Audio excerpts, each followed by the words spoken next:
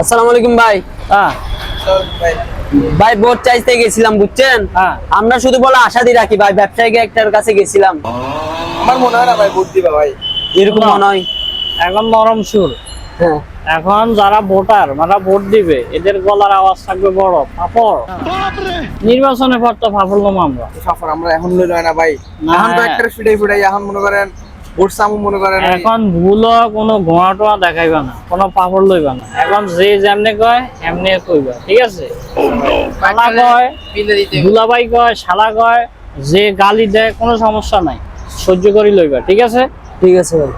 নির্বাচনের পর প্রতিটা গালির 3 গুণ গালি দিবা, আচ্ছা ঠিক আছে? ভাই।